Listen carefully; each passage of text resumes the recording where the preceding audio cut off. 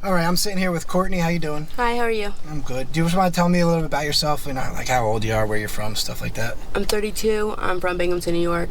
Okay. I've been down here for about three and a half years now.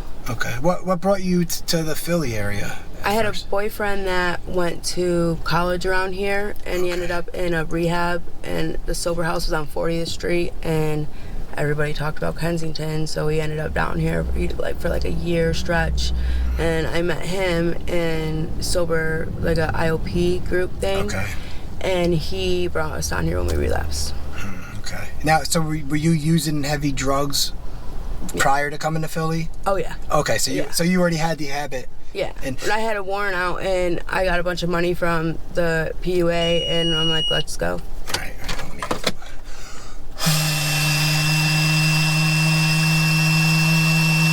So you might be the final interview I ever have to do that in. I think I'm getting it off this week. That's good. Yeah. So the PUA, that messed you guys up pretty bad? Oh yeah. Getting all that money? I ended up with a big chunk of money. He had a big chunk of money, and we came down here and blew it. Yeah. Like, straight up blew it.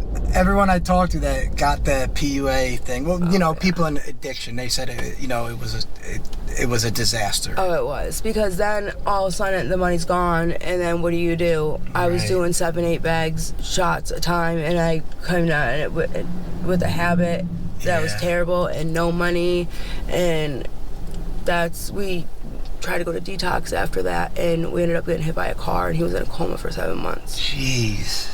So then I was out here by myself for a while, but then he got a big chunk of money for that, so then we had a bunch of money again. Yeah, wow. It was a cycle that was terrible. Those big chunks of money can be a death sentence for addicts. Yeah. I got a pretty big settlement, and I just happened to get it when I was in my crack phase. Oh, my brother too, $150,000 worth of crack gone. 50 in 10 days, I think I did it. Something like that. I was out of control. A couple months. Yeah, no, it was I understand. I can empathize with you how bad it can be with big chunks of money, and then you have that habit and the tolerance and the no money. Yeah, we tried to do the right thing. We got a place to live, we bought a car, but then the money started dwindling, so we're like, well, we'll live in the car, we'll save money from that, and then somebody carjacked us, so then everything we owned was gone because it was all in the car. First they took his license, everything, because he nodded out in the car, so we couldn't even do anything with the car because he didn't even have the title or the license or nothing. Damn. It was terrible. And then you got nothing, then And it was really hard being out here when he was in the coma, because I got dropped on my ass here without him, and our money. That's when our money really first was gone, because we were going to go to detox. Yeah. And then I had to learn how to hustle by myself, sleep on the ground by myself, do you know what I mean? It must have been an eye-opening experience, to say the least. It was hard. It was hard, especially women out here, and I got assaulted, and I ended up pregnant, and I had to give the baby up for adoption because they would have taken him anyway. Sure, you know what sure. I mean? And I didn't want him to live in the system. You did the right thing, yeah. I believe. And you said it was off air. You said you were able to meet the family. Yeah, I chose the family. I went with an adoption agency in New Jersey. Okay. And they helped me like a month before I had the baby. They got me housing, and then they paid for my housing for like a month afterwards, try to get me on my feet and stuff. And I get updates once a year. Okay, so that's all. I genuinely think that you did the right thing, especially if you weren't ready to, stop. Well, I knew it was either when I found out I was too far along for an abortion. Right. I tried to go detox. I was 4.5 months pregnant when I found out. Oh, okay. So at that point, you must pretty much have to have the kid then. Yeah, and he was 10 pounds when he was born. He was fine. I used my whole pregnancy, and he didn't have any withdrawal symptoms. Thank God. Wow. I wouldn't recommend that to anybody. Yeah, because it's wild how that happens. Sometimes the kid will go, It happens a lot out here. Women get pregnant, especially girls who do dates and stuff. They get pregnant and they have the baby. They have, you know what I mean? Addiction stronger. Right. Now I don't want to any personal details about your sexual assault, but was it were you, because of the xylazine, was it you passed out? I actually was just walking down the street and some guy grabbed me and another person grabbed me. They threw me in an SUV. They had me for a couple of days. They beat me, they raped me, and left me for dead. Oh my God. And some bando. I woke up in the hospital. Man. Sorry, I had to go through that. It happens. It's like women tell their stories all the time. They come home every day talking about how they were raped, they were beat up, they were robbed, and then they go right back out because you have to. Well, it's like and I have been interviewing a little bit more girls than guys, but it's easier. You guys seem to more, It's easier for us to make money, than guys. Yeah, and well, it just seems like you guys are more open to doing the interviews too.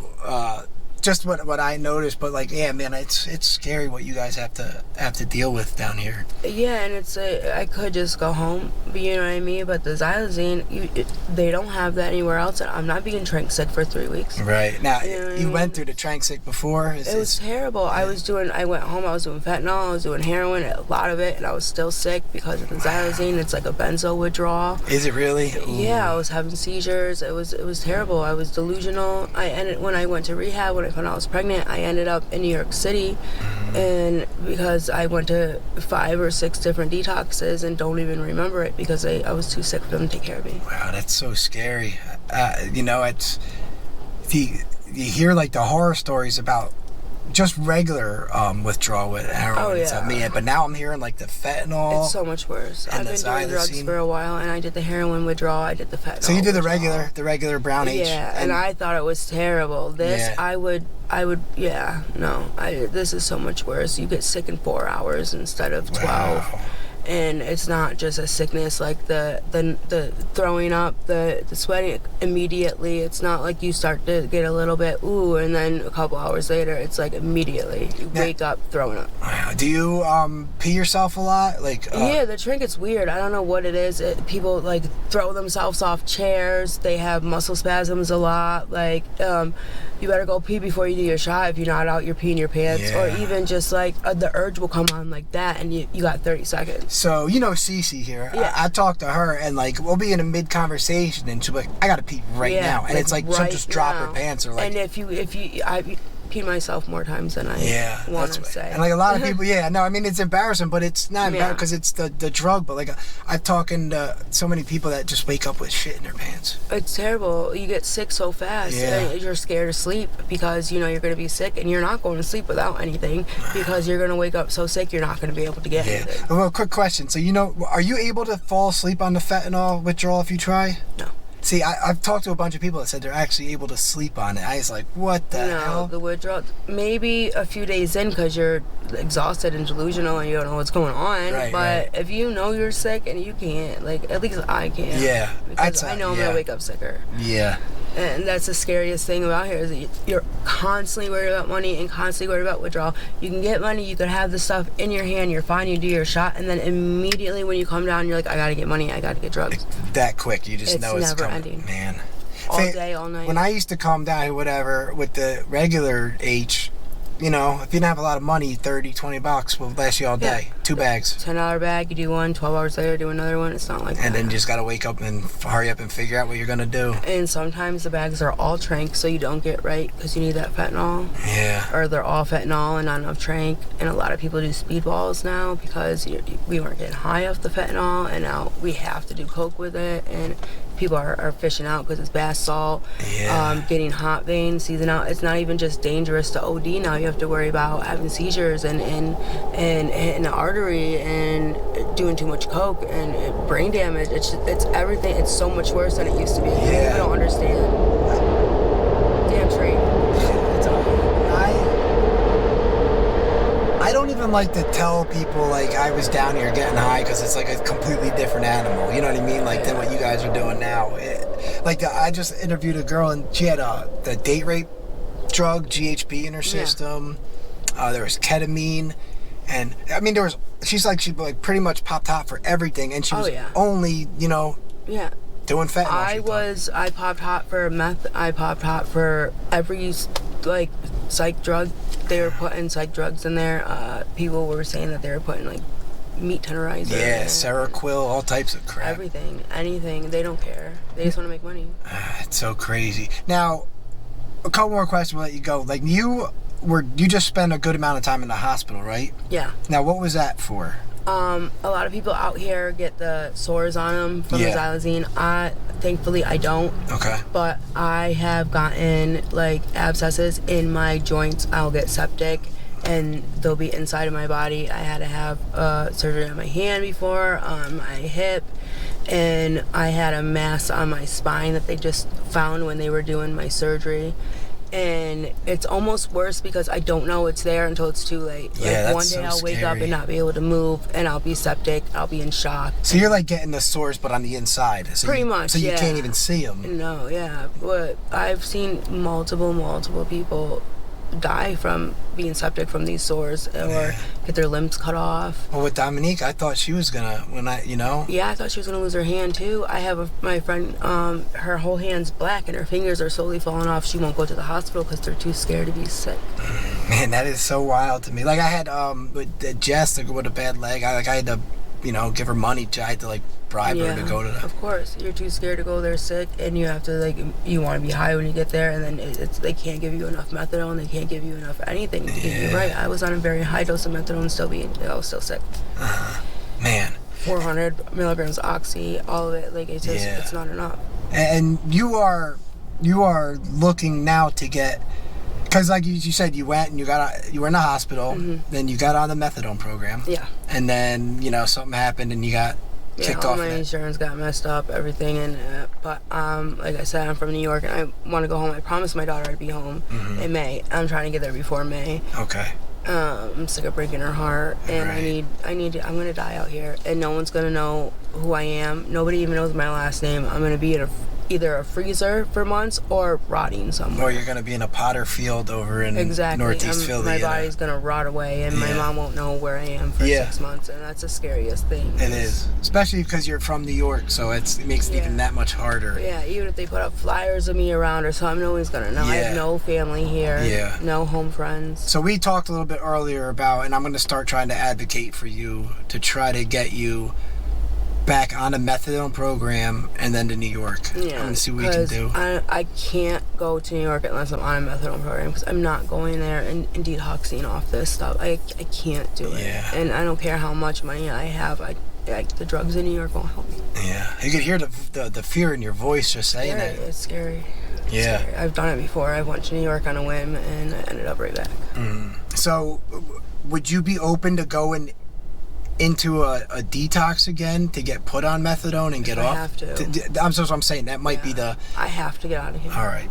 I'm gonna die here. Yeah, I agree. I think all you guys are gonna die here. I've lost so many people that I know around here, and they were fine 1 minute and gone the next. My friend Michelle was fine. Dead. Yeah. Yeah, my friend, I just, we were walking to the car, I just opened Facebook and I got a RIP thing. And it's not even the drug. My friend Lauren was shot in the park, in Needle Park. She was shot in the chest. Damn. It just drive-bys. I hear, it's normal to hear shootings, and it's normal to see dead bodies, and that's traumatizing to most people, and we're used to it, and I don't want to be used to that anymore. Yeah, you have to get some therapy and deal with all the trauma and stuff like that once you leave. Definitely. So it's good that you're at least wanting to get away from here. A lot of people just are they're not going to leave, and they're okay with that. That's their life. Yeah. So you are open, ready to get out of here. You can't help people who aren't ready. You know what I mean? And I wasn't ready for a long time, and I'm doing it for me. I have to. Yeah. No, I get it. I wasn't ready for 18 years, and so I get it. All right. So I appreciate you sitting and talking to me now. I got your number. We'll be talking later on this week. Hopefully, I can get you in a program or get you at least into a detox rehab type program, and then. They can get you on the methadone program there. And if you are in a program like that, they might be able to take you right to New York, so you don't have to Most of the times, or they could switch everything over and I could have somebody come and get me, because I'm only 2 hours away. Yeah. So that's what I'm saying. That might be the route we might have to go, is get you into a program. It's going to suck, but you might have to do the 30 days, 28, whatever it might be. It's worth it. And then, you don't have to do it again. Never have to be here again. Yeah. I hate it. Yeah. And you've been here 3 years, right? Yeah. And just tired, right? Every day it's worse. Yeah. All right, Courtney. Thank you for your time. I appreciate it. And we'll be talking soon, okay?